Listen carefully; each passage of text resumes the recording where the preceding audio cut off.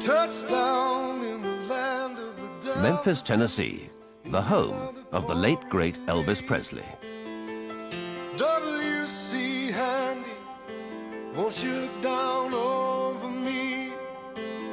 Yeah, I got a first-class ticket, but I'm as blue as a boy can be. Then I'm walking in Memphis, just walking with my feet 10 feet off a beam.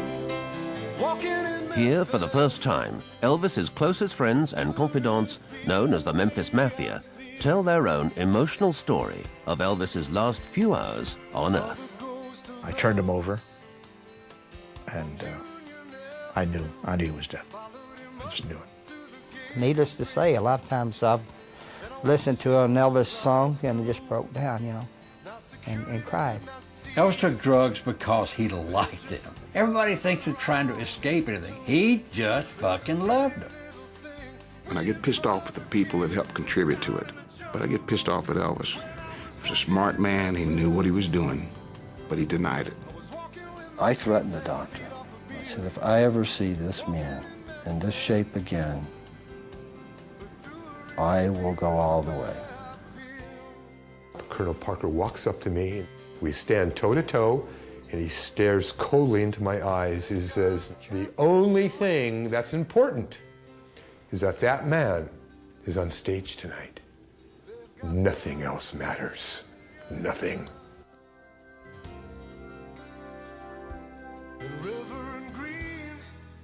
Sun Studios in Memphis. It was here 50 years ago that rock and roll was born. And so began the legend that is Elvis Presley. In the course of a glorious career, Elvis would take the world by storm, starting in 1954 with his first hit, That's All Right Mama. I'm leaving town, baby. I'm leaving town for sure. Well, then you won't be bothered with me hanging around your door, but that's all right. That's all right, now, mama, anyway. Elvis was a very, very shy, retiring type individual. He didn't like to be around new people. He didn't trust them. He trusted us. We were a source of comfort. He could be what he wanted to be around us. He could be himself. If there was an Elvis himself, and it was around us. Elvis did not make friends easy. He just didn't like to do it. And with us, he didn't have to do it. And with us, we all could be what we wanted to be, and he could be the same. 3 p.m. Thursday, the 15th of August, 1977. Elvis is preparing for yet another back-breaking tour, the second tour of that year. Elvis's girlfriend, Ginger Alden, didn't want to go on tour with him. Ginger was just 21 and not prepared to bow to his every demand, something Elvis was used to, even during his doomed marriage to Priscilla. I'd be lost without your love. Over the years, his Memphis Mafia had supplied him with a string of compliant girls. If you've got wealth and looks, they're really going to come. And they're going to come fast and hard. And what you have to do is on a continual basis weed them out. Because you got to weed the squirrels out from the lambs. And the squirrels cause you more trouble than a lamb ever caused you. Not because they eat a lot of nuts, but it's because they, they're crazy. And this is the problem. He was so charismatic that he would draw, he was like, they were like moths flying around a flame. Of my best friend. It's funny to me today because just for the hell of it, one Saturday night, at a time when there was only 7 of us, including Elvis. See, on Friday night and Saturday night, Elvis used to let all the girls in that hung around the gates. And one Saturday night, just for the hell of it, I was bored. So I went around the house and I counted all the women that were in the house with us 7 guys. And this is not an exaggeration. There was 152 women there. Man, I thought I was in heaven. What can I say? It was it was exciting all the time, you know, and I thought, man, you know, if this is a dream, I don't ever want to wake up, you know, so. But it had its moments too, but, you know, overall, if you look at it, it was such an exciting time. It was something new. Elvis was gifted with the fact that, you know, he was constantly looking for something new to do, and you never knew what this man was going to come up with, you know. The phenomenal part of it was that the screaming and the hollering, and you couldn't hear, they wouldn't stop. And it would, I mean, he could sing a number, nobody even knew what he said. It was just pandemonium. It never stopped. Elvis had a tremendous draw to him emotionally and physically, where you looked at him and you thought, that is probably about the best looking man I've ever seen, you know. And he just had a charisma about him. He had a way of pulling you in. People call it Southern charm. He had it in spades. 8 p.m., Thursday, the 15th of August, 1977. Elvis goes to the dentist in search of prescription drugs. He's accompanied by Ginger, Billy Smith, and Billy's wife, Jo. In the movie years, the drugs were in control. The sleeping pills and the uppers for the energy level. I couldn't take them every day. Not to be the goody-goody, but I just couldn't take that pill because I knew what it was going to do to me. Make my mouth dry, it was just going to make me wired all day, and I just didn't want to do it. But I had to take them sometimes because he would stay up to 3 o'clock in the morning, 2:30, 3 o'clock, and we get up at 5 to go on location, and there's no way. And you know, I learned from the very start, I sleep when he sleeps. Fire! On the way!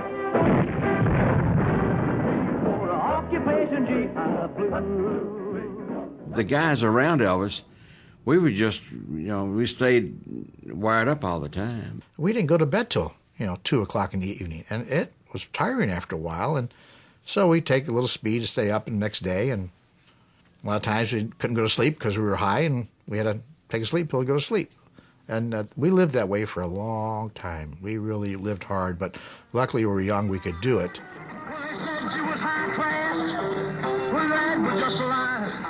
Amidst the fun and games, there were already warnings of what excessive drug use would bring. One time, I forget, we were going so hard that Elvis started getting a bloody nose. And we went to the doctor, and the doctor said, you guys need to get some rest. His resistance was getting down, and he kept getting a bloody nose, so we had to rest for a couple of days. Elvis did everything to excess. He had massive appetites for food, sex, drugs, and rock and roll. He approached his search for spiritual serenity in the same enthusiastic way. Larry Geller was Elvis's personal hairdresser and spiritual guru. Elvis had a beautiful head of hair. I mean, the man had everything. He even had the hair. It was a little fine. It lacked body, but he had a beautiful head of hair. And I remember I sprayed it, and I was molding it, and I said, so what do you think, Elvis? And he said, oh, great, great, great. And he swirled around in his chair. He looked and said, but I want to ask you a question. My hair's great, but what's more important to me is this. What are you really into, Larry? What are you really all about? It really threw me for a loss for a moment. I mean, here's a person who was totally straightforward. And I said, Elvis, I mean, you know that I work with celebrities and I do their hair. This is what I do for a living. But what's more important to me than anything else is my search for truth, to find a purpose for living. I said, look, I know you're Elvis Presley, you're the biggest star in the world. I know this must sound corny to you. He said, wait a minute, Larry, wait. That's not corny at all. You have no idea how I need to hear what you have to say about this. Please, man, just keep on talking. And I did. The Self-Realization Park, which is close to the ocean in Southern California, in the Pacific Palisades, was a place that Elvis loved to visit. And the monks that lived there became friends with Elvis. And Elvis would love to just leave the world, walk around the park, enjoy the serenity, and people left him alone. They recognized him, because a lot of people do go there. It's a very special place, and nobody bothers anyone. Elvis would go into the chapel and he would meditate. We would go in the back and speak with some of the monks. They would reveal and explain certain experiences that they would have. We'd walk around the lake. Elvis loved the park. He said, look, how come I having an experience? I want to feel God. I said, well, Elvis, look, it doesn't happen like that. When you want something, you want it now and you expect it. You have to be patient and you have to surrender your ego. In his latter years, Elvis embarked on a punishing touring schedule, organized by his manager, Colonel Tom Parker. He didn't like the idea of doing, 2 shows a night, sometimes 3, 7 days a week, and it bothered him. And it festered and festered and festered. It's like when I called him from L.A. when we were going to do that last tour. I said, you just need to shut it down. I said, fuck the tour. I said, cut it off. Let's just, I said, let's just cancel this tour out. And he said, Lamar, I've got a payroll. Which, when you say that, you go, well, he's right. But at the same time, I told him, I said, listen, I said, you got 2 or 3 guys around here that'll go to Hawaii with you. And I said, we'll hang out and you just, and you can get yourself back together again. He said, let's talk about that after this tour's over. It sounds like a good idea. He didn't make it. With his records no longer selling, Elvis's only income came from these tours. And being 40 plus, he no longer had a huge following. He was teetering on the brink of financial meltdown. Touring paid the bills for now, but 50% of the income went to Tom Parker. The Colonel, too, was facing bankruptcy. Colonel Parker probably was one of the most degenerate gamblers I've ever known in my life. In Nevada, they used to say his money's not worth anything. He played roulette and would put chips on every number. He would play craps and bet the horn, the center. One night I was up about, I think I was up $50,000, $60,000. Remember, I was running the crap table crazy, and he came up and took my money and put it on don't pass. No, on pass. Yeah. No, don't pass. You threw a 7. And I threw a 7 and lost it all. One pop. And I wanted to throw up, but I couldn't. And I said, Jesus God, I said, I've worked my butt off here. I said, he said, how much did you start off with? I said, I started off with $2,000. So he counted out $2,000 and gave it to me. He said, now you're even. I went, God. But I mean, he was right. I was even. Colonel, I was Colonel even. gambled in a way. I only lost $2,000. We all have our little idiosyncrasies. That was and his. His was gambling. And I loved him to death, but he didn't play the game like you have to play it to win. I mean, he would go through with those on roulette, and he would drop 5 or 6 chips there, 2 on that one, 10 or 12 on this one, and whatever fell out of his hand. Yeah. That's what he'd do. And when he hit, he didn't really win because he had more bet than what it would pay off. But he thought he did. Yeah. I mean, listen, one night in between shows, this was in '70, and we were at the crap table. And he called me and said, listen, he said, you got to stay with me here. And I said, well, I said, I've got to go upstairs early. He said, no, you stay here. He said, I'll get you up there on time. And I said, okay. So in a period of an hour and a half, he lost over $1.25 million. Come on back and let's play a little house so we can do what we did before. Now, baby, come back, baby, come. One night, I walked down to the casino. I just left Elvis. This was after his show. And I noticed there was a large group of people roped off, and they were all in front of a table watching someone gamble. And as I walked up, it was Colonel Parker, by himself at the table with stacks of chips. And he was playing the sucker's game of all games. It was called the Wheel of Fortune. And the odds of winning that game are the worst. It's better if you play craps or blackjack. At any rate, he's at the table and he spots me in the crowd. Larry, he said, come on, come here, sit next to me. He said, I'm not doing too well. I need some luck. Give me some good thoughts, Larry. I said, okay, Colonel, and I felt so uncomfortable. I really did. After about 5-10 minutes, I said, Colonel, maybe you'll do better now. I hope you will, but I have to get back upstairs because Elvis needs me. I told him I was just going to walk down for a few minutes. So I left. The Colonel was there for hours upon hours upon hours until like 5 o'clock in the morning, and he lost $1.5 million that night.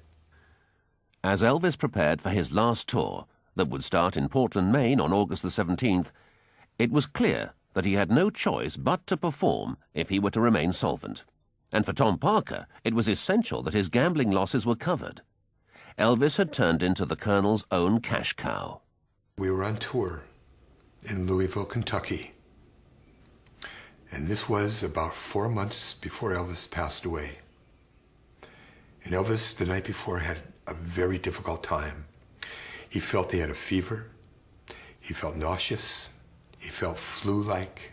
He couldn't sleep. He had a very, very difficult night.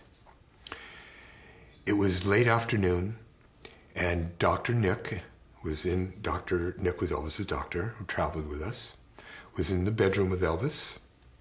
I was in the front room. The television was on, and there was a pounding on the door, which was very unusual because we owned that floor. No one was allowed there. We had security cops positioned in front of the elevators. Everything was blocked off. So who would knock on the door like that? So I immediately walked over to the door, looked through the peephole, and there's Colonel Parker, who never came to visit Elvis on tour. I opened the door. I said, "Colonel." He said, "Where is he?" I said, "Well, he's in the bedroom. Let me tell him you're here." He said, "No, I'm going right in." So he, with his cane, he walked past me. He opened the door, and this is what I saw. Dr. Nick was holding Elvis's head. Elvis was in the bed, semi-conscious, almost comatose. And he was moaning. He was in such bad shape. And Dr. Nick was dunking Elvis's head into a bucket of ice water to revive him. The door closed. And I thought immediately, okay, this is good. This is good. Now the old man, Parker, is going to see what's going on here. He's going to see how bad, the bad shape Elvis is in. And he's going to do something about it. I mean, he can't allow this to go on. It's inhuman. 90 seconds later, the door opened up. Colonel Parker walks up to me and and I get up. We stand toe to toe, and he stares coldly into my eyes. He says, "Now you listen to me. The only thing that's important is that that man is on stage tonight. Nothing else matters. Nothing." There's a lot of them. I can't think of any right offhand. I like to live up to my reputation of being a nice guy. This is it, folks. Beautiful, baby. While committed to a hectic touring schedule at the behest of the Colonel, and with mounting financial and physical problems, Elvis and his mafia had become more and more isolated from the real world. Well, I knew over the years Elvis was very isolated from the outside world. We didn't know what was going on the outside. We very seldom read the paper. We watched a lot of sports, a lot of TV shows. We didn't hardly watch the news. We were very, very much hidden from everything going on the outside. We lived in an insulated world within our own group. And our group, I mean, somebody said that Elvis really never left his bedroom. Well, he didn't. Elvis would get on his airplane bedroom and go to a hotel bedroom, and would go from a hotel bedroom to his Graceland bedroom. Elvis, over the years, every once in a while, he'd get like that. He'd go to his upstairs, and he might spend one tour a week too or two far. and not even show his face. But that was only like a week or two. Now we're talking about months, you know. 10 p.m., August the 15th, 1977. The guys were assembling in Memphis for what would prove to be one tour too far.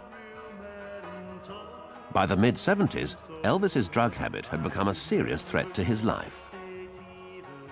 In 1975, what I had been seeing a little bit of the previous year or so was getting worse, and I was very concerned about his health.